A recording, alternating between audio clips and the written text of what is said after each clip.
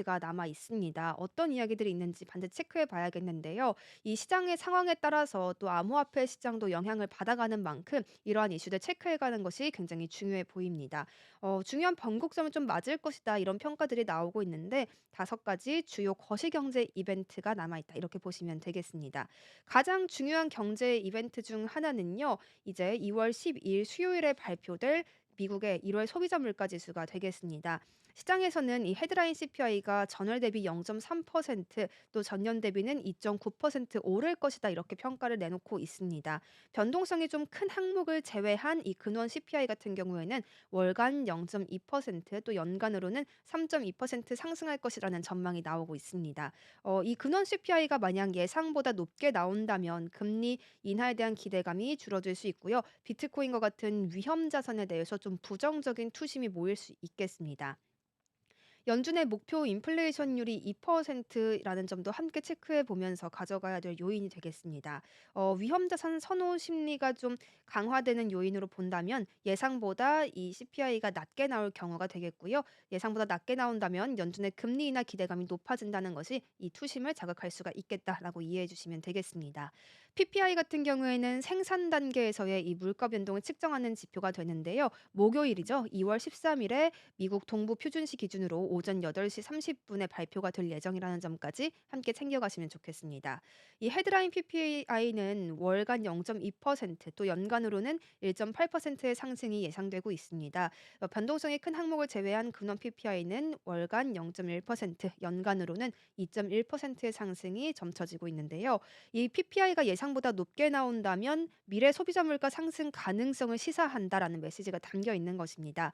연준이 이 긴축적인 재정을 유지할 가능성이 좀 커지는 것이죠.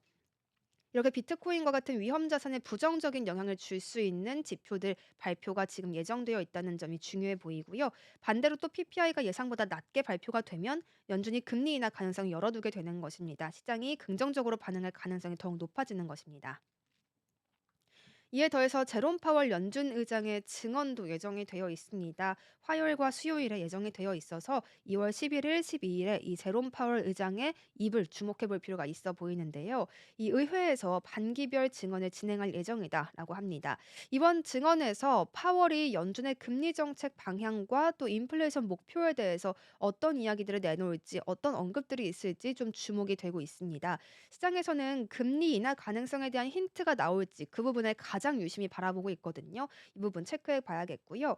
파월이 긴축 기조를 유지하겠다라는 만약 강한 입장을 보이게 된다면 비트코인 조정받을 가능성이 굉장히 높아지게 됩니다. 하지만 반대로 금리 인하 가능성을 좀 시사하거나 경제 지표가 연준의 이러한 목표치에 부합한다라고 평가를 한다면 비트코인이 상승세를 나타낼 수 있기 때문에 반드시 어떤 이야기들이 언급될지 봐야겠습니다. 또 트럼프의 무역 관세 정책도 함께 이야기가 나오고 있습니다. 이 부분은 또 2월 10일 월요일에 발표가 되는 부분이었는데요. 이 상호 관세 정책에 대한 정책을 발표할 것이다라고 이야기가 계속 흘러나왔었죠. 이미 캐나다와 멕시코산 제품에 대해서 25%의 관세를 부과할 것이다라고 했고요. 또 중국산 제품에는 10%의 관세를 추가 부과할 것이다라는 이야기를 내놓아서 또 시장이 약간의 충격을 받아가는 모습도 우리가 확인할 수가 있었는데요. 이러한 조치가 미국 내의 물가 상승, 미국 내의 인플레이션으로 이어갈 수 있다라는 가능성까지 계속해서 제기가 되고 있는 상황입니다. 그렇게 된다면 연준의 금리 인하 결정을 좀 늦출 수 있는 요인이 될 수가 있겠고요.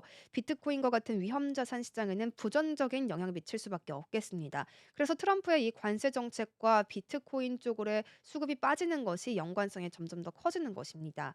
과거에도 트럼프의 관세 정책 발표 이후에 이 암호화폐 시장 그리고 비트코인이 연이어 하락했던 점이 있었기 때문에 이번 조치가 시장에 또 어떤 영향을 미칠지 주목이 계속 이어지고 있습니다.